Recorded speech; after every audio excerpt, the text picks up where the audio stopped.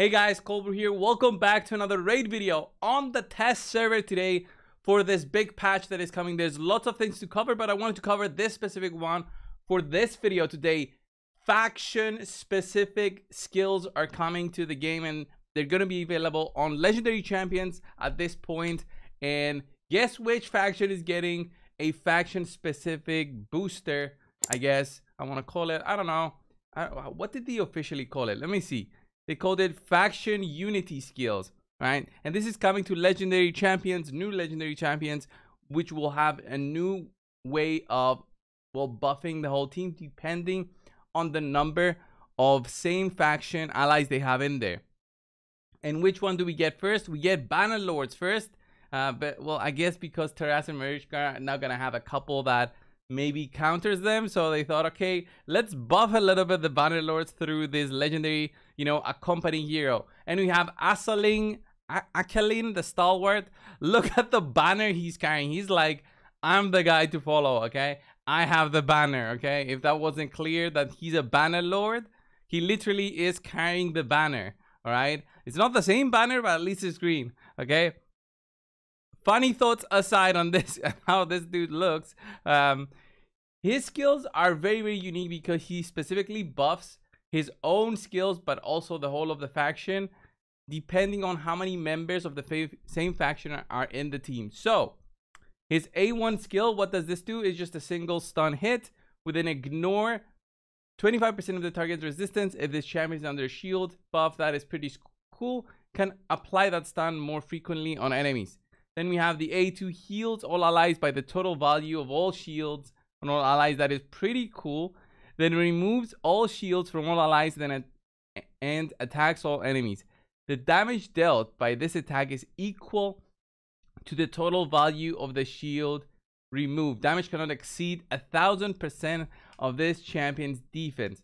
So, this is pretty interesting. This might mean a champion that will have for maybe a new clan boss team where you'll be ramping up the shields, okay? Remember on how we had the double Yumiko and the Brogni ramping up shields and making Corpulent Cadaver insanely OP. So imagine this one, but it does say damage cannot exceed 1000% of this champion's defense. So he's already capped out at, let's say he has, 5,000, let's say 5,000 defense you're gonna build him with. 1000% of that, I would imagine, so 100% of that, 5,000 would be 50,000. So 500,000. So he maybe can hit for 500,000 with this skill. I mean, as an AoE attack, that kind of sounds insane if you think about it. If you ramp up the shields so much, but the shields do have to be with a pretty significant amount to have like 500,000 in terms of shielding. It's borderline impossible to do it in some fights, but I can see this skill being used in maybe the Hydra where you're ramping up the shields, and if you have a way to protect them from being eaten by the head of mischief, maybe with like a taunt, then you can use this champion to actively remove the shields and then attack the enemies. This is like the first kind of skill that looks like what a legendary version of Seer would do, but this is only with shields, if that makes sense. Anyway, let's continue on.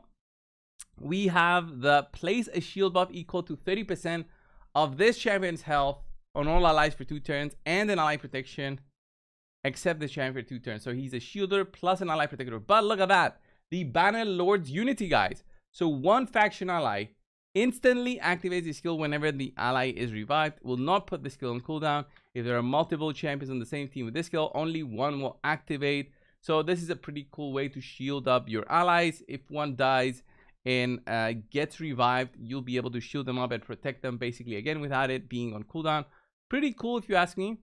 Then 2 factions, he also plays a block damage buff, which is insane for just protecting your team. And then 3 faction allies, buffs placed by this skill cannot be removed, and that's where we talk about being protected. But I'm not sure how this works with the A2, but we'll see it in action in just a little bit. I'll throw in there like a faction team with him. So it does say 3 faction allies. I'm guessing it doesn't work with himself also being in there. So we'll just have to see on how this actively works. Then a passive, look at this. Allies under shield buffs receive 10% less damage. If there are multiple champions, this only once activates. So, allies under shield buffs are immune to, look at this, stun, freeze, sleep, provoke, fear, true fear, and petrification debuffs. That is actually insane. This becomes like an insane champion at this point. He becomes similar to, you know, mythicals at this point with this kind of, because a shield is a shield. It doesn't have to be from a skill. It can be from a set. It can be from just a blood shield ring as an example. Allies under ally protection have a 20% chance to counterattack. That is cool. The value of all ally shields is increased by 100% except shields granted by artifact sets. That is cool, but this will be an insane champion. Just think of all the combos that you can do. But imagine Taras Marichka in the same team. They're both banner lords with this guy, so he'll be able to apply block damage on himself, instantly activate the shielding plus ally protection when somebody dies. And we know Marichka loves to die and revive everybody. So if you have like a 3-person, so Asalin, maybe I don't know, a Duchess, Marichka, and Taras, it's gonna be an insane combo. Very difficult to kill, I can imagine. And this passive is also insane. And then we have an aura that is all defense in battles boosted by 25%. And if there's banner lords, also boosting 15% of their health in all battles. So pretty cool. So I've built him with a little bit of speed, okay? A little bit of speed. Nothing too much in terms of stats. I didn't really care about his A2 skill being like a damage dealing skill because of the showcase that I want to be doing today. I might do that as a second part for the video. I'll have to see on how much damage he does with that A2 and see it in action. In terms of masteries, I would imagine that this guy, he would be pretty much a support, although this skill can be seen as a damage dealing skill. I can definitely see it as one that you would do, but with the damage cap there, it feels like you can go just War Master on him and just hit with the A1, hit with the A2, and have that basically. All right. But it will be removing shield. So if you don't have a shield, he won't have something to remove. There's also that in there. So I didn't really care for damage at this point, but the way I would build him for like a support, I'll probably go heavy on HP and not really care about his A1 skill, which is the stun, because he does not have something else in terms of a debuff in his other skills. So if you really want the stun, you can build him with that, but honestly, you don't really care. So healing boosted, shield boosted there, I would say those are pretty cool. Increase the amount of shields there. Maybe we can also do cycle of magic on him, and I would probably do lasting gifts, and I would say timely intervention, although doesn't really need it. And then I'll just go defense route here. Just go down, get the retribution and deterrence maybe just for his extra attacks, but you can definitely go for spirit haste as well. And I would build him with like another maybe reviver in the team. So in terms of skills, how many books does he need? I think he needs I think he needs like 11, but let's see, 6 and then 4. Okay, just 10 books to fully max him out. So pretty cool. But let's see him in action. I do not have Taras Marichka, obviously, guys, if you know. But let's see on how he does with just other allies in there. And we'll try to find all the banner lords that I have, so we can see like a proper representation of this cool new setup that we're gonna have. So let's see. Let's go with this. That is 3 allies. So does it say anything about his skills being boosted when he has 2 faction allies? There we go. Okay, this actually makes sense. So when a condition is met to update the skill, it's funny because I did say to Plarium, like, guys, please make your skills update when you fully book it out. So the 50% chance to stun, for example, now that it's booked up, is higher, but they don't show it, and it's been 5 years, and I don't understand why they don't do it. I think it's just incompetence at this point, when they such a small thing they don't do. But let's see. Let's place a shield on everybody. There's a block damage. Okay, that works. It's not bugged. And then we do a big AoE. There we go. Into the next round. So this one heals all allies by the total value of shields. Then removes all shields and does damage. So here, like I don't have any shields. So I just healed myself for nothing.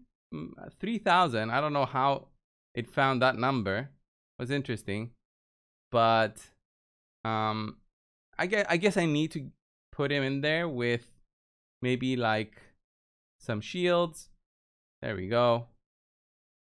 The shield that I gave myself now is just like what, 20% of my health, 30% of my health. And then the passive, when 3 faction allies in there, boosting the shields by 100%. That's pretty cool actually. So heals all allies and then does damage. So let's see. Hit for like 5,000. That seemed very, very weak. Of course, we're weak affinity here. So that shield looked very, very weak. So if we put him on the lead, look at this. Updated there for the faction. If we bring in another faction in there, I want to see Ronda. And then maybe, basically what I want to see now is, I just want to see his damage. If there is any damage, really. I doubt there is.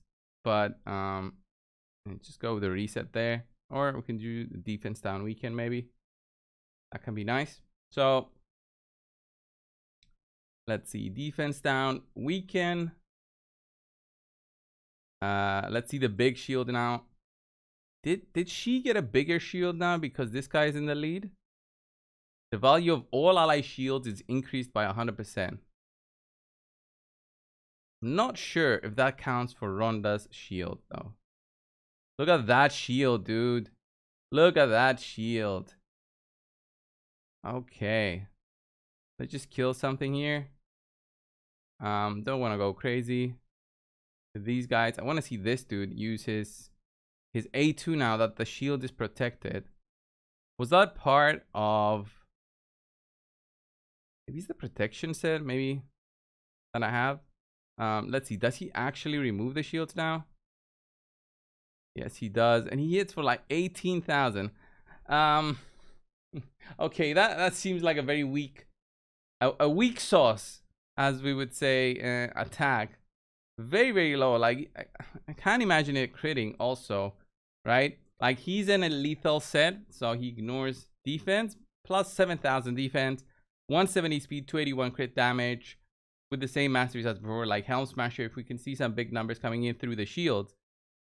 I'm not even sure if it matters, but let's see. Let's see if it actually makes sense. So, yeah, I would need some shields here, but what I will do... what happens if I do this? Then I do this. No, he just gives like the ally protect. So let's put the HP burns on. Not that it matters. Let's see the A2 from Brogni. Grew our shields a little bit there. I just want to see on how he can work in a Hydra team. We can have a scenario where this guy, now with the boosted shields, alright, she lost the shield because you took so many turns, but how much damage is he gonna do now? 3. Alright, we are off to the Hydra immediately. And I didn't even do like a proper job there of showcasing this. Alright, I didn't even bother. I'm gonna send a message to Victor Tez. I'm telling him, dude. Dude, this is he must know already because he does have access to the test server, and he would immediately see it. I have no doubt. I have no doubt he would immediately see it. So what we need here is we also need a Lydia. All right, let's see. We need a Lydia. Place her in there. What we want is let's put a Prince Kaimar in there also, just for more resets. And what I want actually now is, well, I would love to have protected skills, but look at this. When you have faction allies in there, instantly activates this skill. So that is useful when you revive. But this one is also useful. Allies under shields are immune to stun. So I would say that at least one ally from the faction lords would be nice.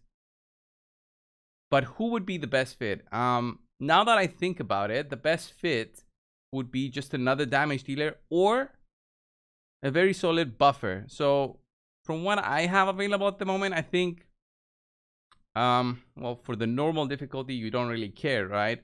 But I would say if you want to take down the heads, maybe you would go with like Ronda here. But if you really want to amplify your damage, you go with a Trunda, right? If you really want to amplify your damage, you don't care about him being like a faction specific champion, right? And you do like the most damage that you can, right? So let me, I'm lost in these filters. All right, so you try to do the most damage that you can. Do I need all of these? HP in all battles, defense in all battles? No, I would say no. Let's just do magic attack for the Trunda. And let's see how it does. Although I would love to have the protection against the Torment Head, right? Because the block debuffs doesn't help you. You need like a veil to do something. So let's see. Let's see. Let's hit them a little bit. Let's put defense down. Weaken. Let's put the first shield up. Maybe if we had multiple shields, it would have been nice. Let's see. There's a Trunda hitting for a little bit. Actually, if I was faster than Brogni, maybe I could do something. But I wonder... like how much are we gonna hit now? Now let's just do the shield again. Let's do a reset. Let's throw a hex. Let's do couldn't do the defense down weekend there. The fear, that's what I'm talking about. I need to remove that. So let's see. We did get some proper shields now. Look at all the shields that I have. So I wonder, I'm not gonna hit with her yet. How much is this gonna hit for? 500,000. Look at that. All right, it's not bad. It's not Trunda levels for sure. It's not Trunda levels, but I mean, look at the shields now. I didn't have defense down weekend, so let me see again. Like the Trunda hits for how much? Like 8 million, 9 million. Of course, she's gonna be better here. But remember, this guy. I would just do this. Look at that. Like 1 million each. I mean, it's not bad. He uses up the shields though. And now Brogni doesn't have anything to boost. So Brogni needs to be in a rotation so that he's faster than him. But he is faster than him. That's what I'm thinking of right now. Thing is, you cannot endlessly make these shields go up. It's because you're using them, right? I like this dude. I like the faction skills. I want to see more factions being added to the game and more of these champions with these specific like utilities that they can provide. I wonder if they added this in the special buffs and debuffs or other buffs category. I guess no. So maybe the only way to find these specific heroes would be if they included their aura in specific auras, but they haven't. So yeah, he's the only guy for now, guys, that has the specific faction unity from what I can see on the test server. Very cool guy. Asalin on his own, the faction unity just makes him that much stronger, much stronger the more allies he has. That makes it also very difficult to go somewhere with a team with all of this kind of setup behind him, because we don't have so many factions that synergize together when you have so many members together. Because usually you might need like a defense down weekend from another faction, you need a speed boosting from another faction, an increased attack or increased defense from another faction. So you can't really fit 3 allies in there. But yeah, definitely a very strong skill set, and I might even see him on the cloud boss soon enough. So that was the video, guys. Thank you all, and I will see you in the next one. See ya.